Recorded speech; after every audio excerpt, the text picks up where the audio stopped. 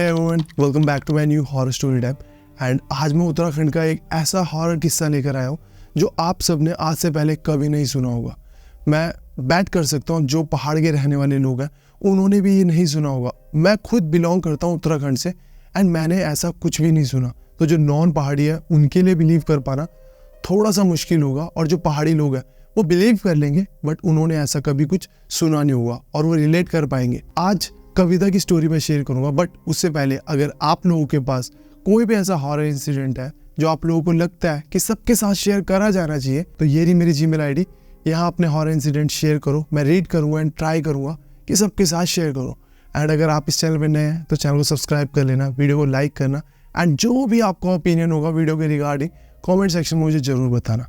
तो अब without time waste करें हम आज का हॉरर इंसिडेंट शुरू करते हैं। आज का जो हॉरर इंसिडेंट है हमारे साथ कविता ने शेयर करा। कविता उत्तराखंड की रहने वाली है। उत्तराखंड में वो पौड़ी गढ़वाल से बिलोंग करती है एंड पौड़ी गढ़वाल पे भी बहुत बड़े पहाड़ पर एक छोटे से गांव से बिलोंग करती है वो। अब उस गांव पे कविता अपने परिवार के साथ रहती है। कविता के परिवार में कविता के मम्मी पापा है। अब जो कविता के ताऊ जी हैं, यानी जो कविता के पापा थे, उनका बड़े भाई, वो भी गाँव में ही रहते थे, उनसे कुछ दूरी पर रहते थे और ज़्यादा बनती नहीं थी। कविता के पापा और ताऊ जी आपस में बात करते थे, बट जो कविता के मम्मी थे और ताई थी, इनकी आपस में नहीं बनती थी। रीज़न था कि ताई का भी एक लड़का था, सिर्फ एक लड़का, और जो कविता थी वो भी एक लौती थी इस परिवार में। और इन दोनों का कंपैरिजन बचपन से चलता आ रहा था और हर चीज़ में, हर क्षेत्र में कविता बहुत आगे थी। वो पढ़ाई का हो, चाहे वो दूसरों की इज्जत करने की हो, चाहे वो घर के काम करने की हो, रिस्पेक्ट करने की हो, या फिर टॉप करने की हो एग्जाम्स में पढ़ाई की रिगार्डिंग, तो हर चीज़ में कविता एक नंबर थी। और जो ताई जी का लड़का था वो बहुत बिगड़ा हुआ था, नशों में पड़ गया था, लोगों की इज्जत ना करना और बुरे तरीके से बर्ताव करना सबके साथ। तो गाँव वाले लोग परिवार को, जो ताऊ जी का था, उसको कम तवज्जो देते थे, उनसे ज़्यादा बात नहीं करते थे कि क्या परवरिश दी है। और वही कविता के परिवार से सब इज्जत से बात करते थे कि क्या परवरिश दिया है यार, और कितनी होनहार लड़की है, गाँव में भी सबसे प्यार से बात करती है। तो इन दोनों का कंपैरिजन हमेशा चला रहता था, जिस वजह से ताई जी और कविता की मम्मी इन सब के बीच में ज़्यादा बनती नहीं थी। तो अब कुछ दिनों बाद क्या होता है, कविता के घर पर एक फंक्शन होता है, पूरा गांव आता है, ताई का परिवार भी आता है, और फंक्शन पूरा जब खत्म हो जाता है सब अपने अपने घर चले जाते हैं। अब नेक्स्ट डे क्या होता है, कविता घास लेने के लिए गई होती है जंगल में, क्योंकि कविता सारे काम करती थी घर के, स्कूल भी जाना है, गाय के लिए घास लेकर आना है, मम्मी की हेल्प करानी है, फिर पढ़ाई भी करनी है, खाना बनाने में भी हेल्प करनी है। तो नेक्स्ट डे वो जंगल में गाय के लिए घास लेने गई थी शाम के समय। अब जब वो घास काट रही थी तो उसको ऐसा फील होता है कि इधर कोई है, क्योंकि वो अकेली थी और वो देखती है साइड में कोई भी नहीं है। अब घास काट रही है, उसको फिर फील होता है कि इस साइड कोई है, क्योंकि हमें आँख से थोड़ा सा साइड में पता लग जाता है कि कोई है।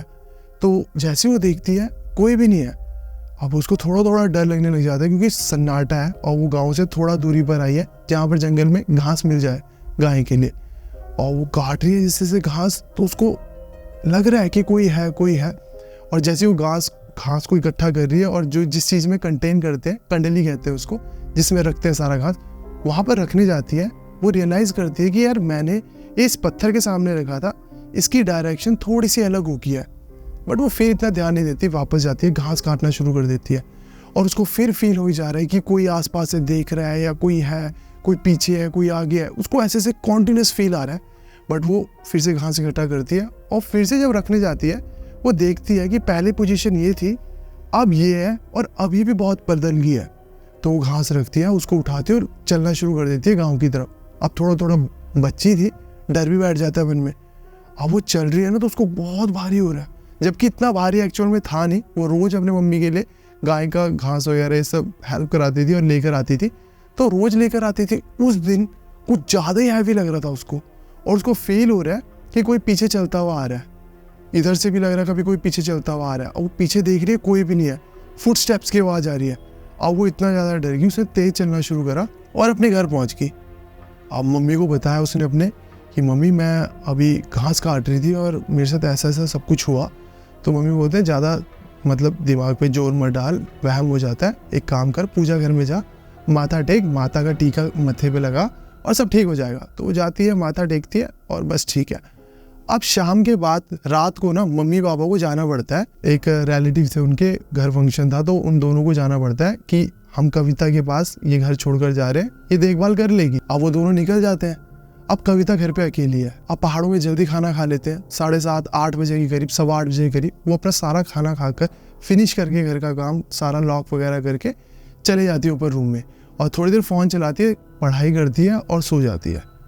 अब उसको ना ड्रीम आता है, और ड्रीम क्या आ रहा है उसको कि वो घास काट रही है और उसको लग रहा है कि कोई इस साइड से था, और वो देख रही है कोई भी नहीं है। फिर वो घास काट रही है, उसको लग रहा है इधर कोई है, वो जैसे देख रही है वहाँ भी कोई नहीं है। और वो सामान जब अपना घास उठाकर आ रही है तो उसको लग रहा है उसके पीछे कोई चल रहा है, और एक्चुअल में ये वही ड्रीम था जो दिन में उसके साथ हुआ था।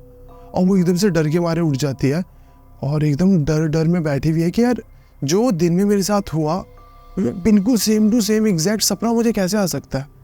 और वो इस चीज़ को फिगर आउट ही कर रही होती है। उसको ना बाहर कमरे की हलचल फील होती है कि कोई चला। अब ये उठती है और बाहर रूम के देखती है, कोई भी नहीं है। अब डर में वापस आती है, बेड के ऊपर बैठती है और आंखें बंद करके सोच रही होती है कि अरे क्या हो रहा है। जैसे आँख खोलती है वो देखती है जो डोर है सामने, दरवाजा है, उसके पास कोई ऐसे सर लटका कर सिर्फ सर दिख रहा है, ऐसे उल्टा उसको देख रहा है। वो एकदम चीख मारती है, लाइट ऑन करती है और बैठ के देखती है कि हुआ क्या, और कांप रही है बिल्कुल। 1 2 3 4 5 मिनट वो रियलाइज़ करने के बाद, सब कुछ ऑब्जर्व करने के बाद कि कुछ गलत हो रहा है, भाई बहुत डर लग रहा है, वो पूजा घर में जाती है और पूजा करने बैठ जाती है। अब पूजा करती है, वहीं सो जाती है पूजा घर में, और सुबह हो जाती है। अब इनके मम्मी पापा आ जाते हैं और अपने मम्मी पापा को कविता बताती है कि मेरे साथ ऐसा ऐसा हुआ। तो वो पूजा कराते हैं कि यार कुछ लग ना गया हो, और पूजा वगैरह सब संपन्न हो जाती है। 2-3 दिन बीतते हैं। अब क्या होता है, वो ना बीमार होना शुरू हो जाती है कविता रात को। अब 2-3 दिन बाद रात को क्या होता है, कविता सो रखी होती है, वो बहुत ज़ोर से चीख मारती है, बहुत ज़ोर से। मम्मी पापा जाते हैं और भी पागलों की तरह व्यवहार कर रही है, इधर उधर छुड़ा रही है अपने आप को, उल्टा सीधा बोल रही है, और कुछ देर बाद सही हो जाती है और सुला देते हैं घर वाले। अब घर वाले आपस में बात कर रहे हैं, इस पर कुछ लग गया है यार, लगता है कि इस पर कोई भूत प्रेत छाया वगैरह लग गया है जिसकी वजह से इतना व्यवहार कर रही है ऐसा, क्योंकि उसको बुखार भी उरखा होता है, उसको दवाई भी दी होती है। अगले दिन इसकी पूजा वगैरह कराते हैं, और इसके बाद 3 4 5 6 7 8 दिन बीत जाते हैं, महीना बीत जाता है। हमेशा क्या हो रहा है, वो कभी कभार ना बहुत वियर्ड बिहेव करती है, अकेले में बात करती है, कभी चीखती है, चिल्लाती है रात को, और जब जाते हैं शांत कराते हैं, शांत हो जाती है और सुला देते हैं।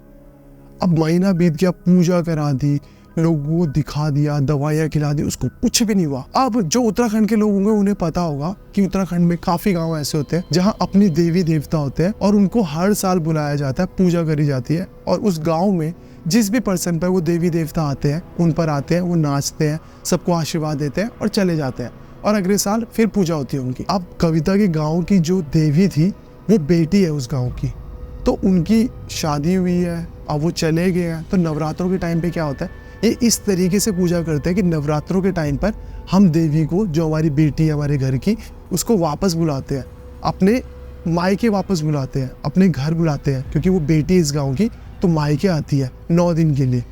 अब उसकी ना एक रिद्धि होती है, एक सिद्धि होती है, एक पूजा का पूरा तौर तरीका होता है कि वो सब कुछ इनको ऑर्गेनाइज करना है, एक भी चीज़ ऊपर नीचे नहीं होनी चाहिए। अब कुछ आंटी हैं, उनके ऊपर देवी आती हैं जो इनके गांव के, वो नाचेंगे 9 दिन तक, कोई ना कोई मंदिर में 4-5 के ग्रुप में रहेगा ही रहेगा, अखंड जोत जलेगी, ढोल दमों वाले आते हैं, पूजा पाठ होती है, 9 दिन पूरा का पूरा प्रोग्राम रहता है। दिन में खाना बांटा जाता है, खाना लंगर लगता है, पूरा मतलब एक पूरा का पूरा ऑर्गेनाइज होता है, और गाँव वाले करते हैं। अब इसमें बहुत ज़्यादा ना एक तौर तरीके से करना होता है, तो ये हर साल नहीं करते हैं, कभी 3 साल में कर दिया, कभी 5 साल में कर दिया, कभी 7 साल में कर दिया।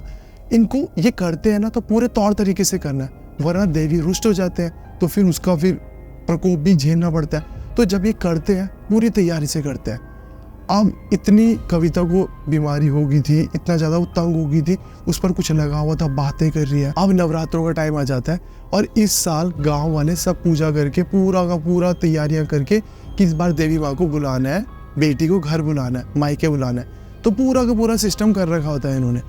अब सारी की सारी तैयारी करने के बाद जब नवरात्रा पहला होता है, पूजा पाठ करते हैं मंदिर में, और जोत जलाते हैं, और ढोल दमों बजाने शुरू कर देते हैं, बैंड बाजे बजाने शुरू कर देते हैं, और एक जिन पर देवी आते हैं उन पर आ जाते हैं और वो नाचना शुरू कर देते हैं।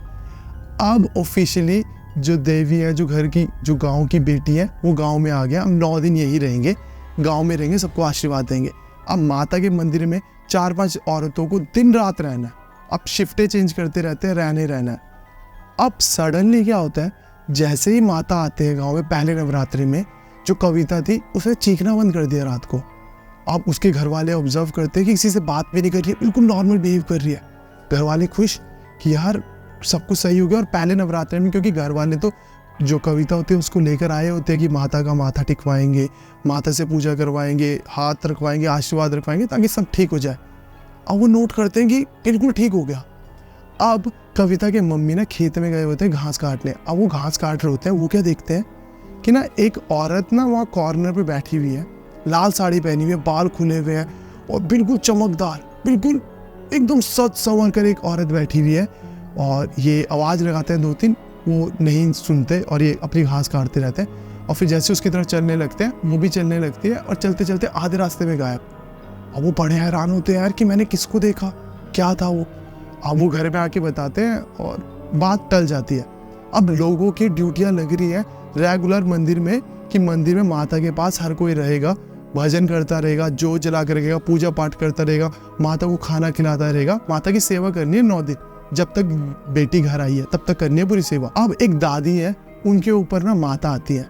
अब ना अभी आए नहीं होते, उनकी ड्यूटी लगी होती है, रात को अपनी ड्यूटी करके घर जा रहे होते हैं। किन्हीं और आंटियों को मंदिर में रखा होता है। वो आ रहे होते हैं अपने घर की तरफ। वो क्या देखते हैं, कविता का घर है। कविता के घर के ना आसपास एक औरत है जिसने लाल करके साड़ी पहनी हुई है, गहने वगैरह पहने, पूरी चमकदार, बाल खुले हुए हैं और वो ना ऐसे चक्कर लगा रही है। कोई औरत है।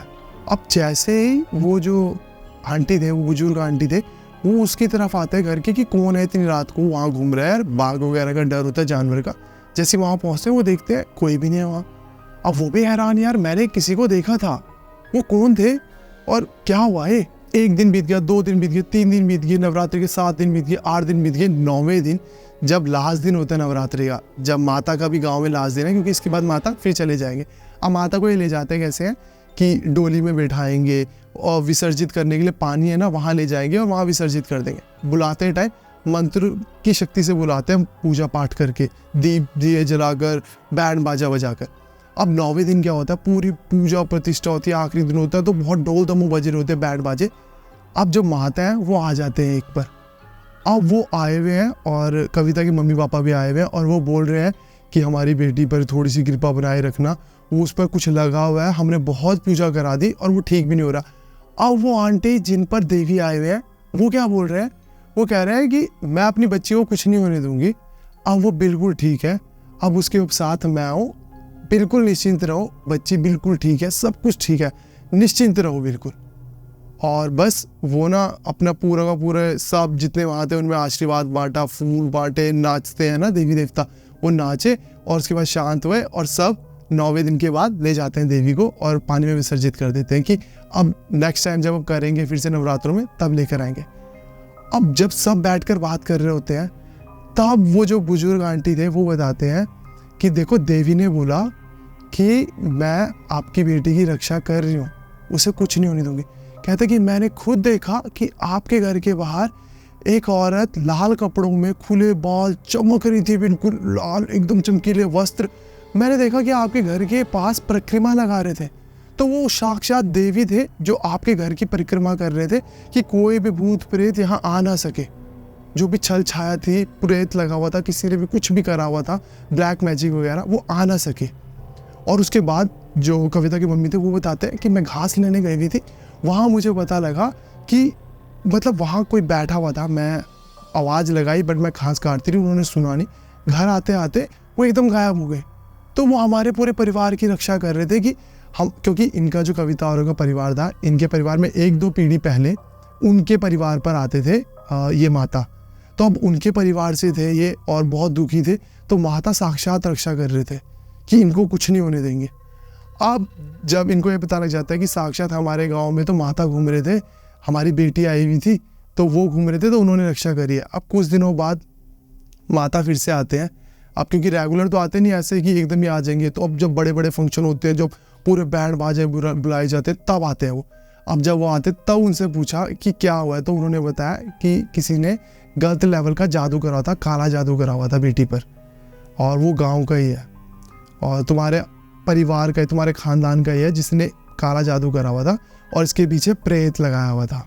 अब वो प्रेत इसको पूरा तंग कर रहा था, खाते वक्त, ले जाते वक्त, सोते वक्त, चीखने चिल्लाने पे, बदतमीजी में, हर चीज़ में इसको तंग कर रहा था वो प्रेत।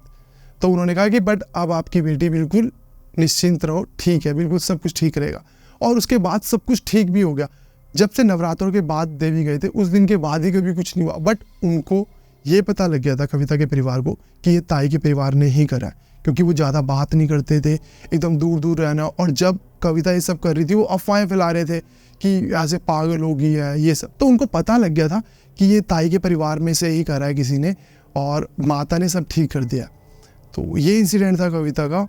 और मैंने ये पहली बार सुना कि जो देवी होते हैं वो आते हैं पूजा प्रतिष्ठा पर आते हैं, ये मैंने सुना था, बट मुझे ये नहीं पता था कि साक्षात देवी आकर रात को किसी के शरीर में नहीं, क्योंकि इंसान के शरीर में आकर नाचते देवी देवता, बट अपने स्वरूप में किसी के घर की रक्षा कर रहे हैं, कि वहाँ किसी प्रेत को नहीं आने देंगे, किसी चीज़ को नहीं आने देंगे। और दिख रहे हैं बीच बीच में पूरे गांव में, 9 दिन के लिए आए हैं, बेटी है उस गांव के और मायके आए हुए हैं, तो रक्षा कर रहे हैं सबकी। तो मैंने पहली बार ऐसा इंसिडेंट सुना। अब ये कविता का इंसिडेंट था, आप लोगों को कैसा लगा मुझे कमेंट सेक्शन में ज़रूर बताना। आप जो पहाड़ी लोग होंगे उत्तराखंड के या हिमाचल के या कहीं से भी पहाड़ों से बिलोंग करते होंगे, वो इस चीज़ से रिलेट कर पाएंगे, क्योंकि उनके वहाँ कुल देवी, देवी देवता, उनके गाँव की जो बेटियाँ होती हैं, देवियाँ होती हैं, उन्होंने ये सब कहानियाँ सुनी होंगी, ये सब देखा होगा, तो वो बिलीव करेंगे इन चीज़ों पे। बट जो नॉन पहाड़ी होंगे उनके लिए बिलीव कर पाना थोड़ा मुश्किल होगा, आई नो, बट फिर भी आप लोग क्या सोचते हैं मुझे कमेंट सेक्शन में ज़रूर बताना। एंड मैं हमारे हिंदुज़म से रिलेटेड, जैसे भूत होते हैं, आत्माएं होती हैं, ब्रह्म राक्षस होता है, जितनी भी कैटेगरीज होती है, मैं सोच रहा हूँ इनके ऊपर पार्ट्स में वीडियोस लेकर आता हूँ, ताकि पूरी की पूरी डिटेल में आप सबको बता सकूँ ये इनका आए कहाँ से हैं, ये लोग जो भी ये ब्रह्म राक्षस है या फिर कोई भी ऐसी चीज़ है, वो आए कहाँ से हैं, कितने टाइप के होते हैं, कैसे हार्म करते हैं, हार्म भी करते हैं कि नहीं करते, कैसे बचा जा सकता है और कैसे ये हार्म करते हैं लोगों को। इन चीज़ों के बारे में ब्रीफ वीडियोस बनाओ ताकि आप लोगों को भी नॉलेज हो। अगर आप लोगों को इन चीज़ों के ऊपर वीडियो चाहिए तो मुझे कमेंट सेक्शन में ज़रूर बताना। एंड 300 कमेंट्स इस वीडियो पे करना, मैं सीरीज़ ले आऊँगा, नेक्स्ट वीडियो ही ले आऊँगा। एंड इस वीडियो का हम टारगेट रखेंगे 3K लाइक्स का। आई होप आप सब पूरे कर पाओगे। एंड चैनल पे नए हो, इस पॉइंट तक पहुंच गए हो तो यार वीडियो को लाइक करना और चैनल को सब्सक्राइब करना और कमेंट सेक्शन में अपना ओपिनियन जरूर बताना। तो मिलते हैं नेक्स्ट हॉरर स्टोरी में, तब तक के लिए बाय बाय, टेक केयर।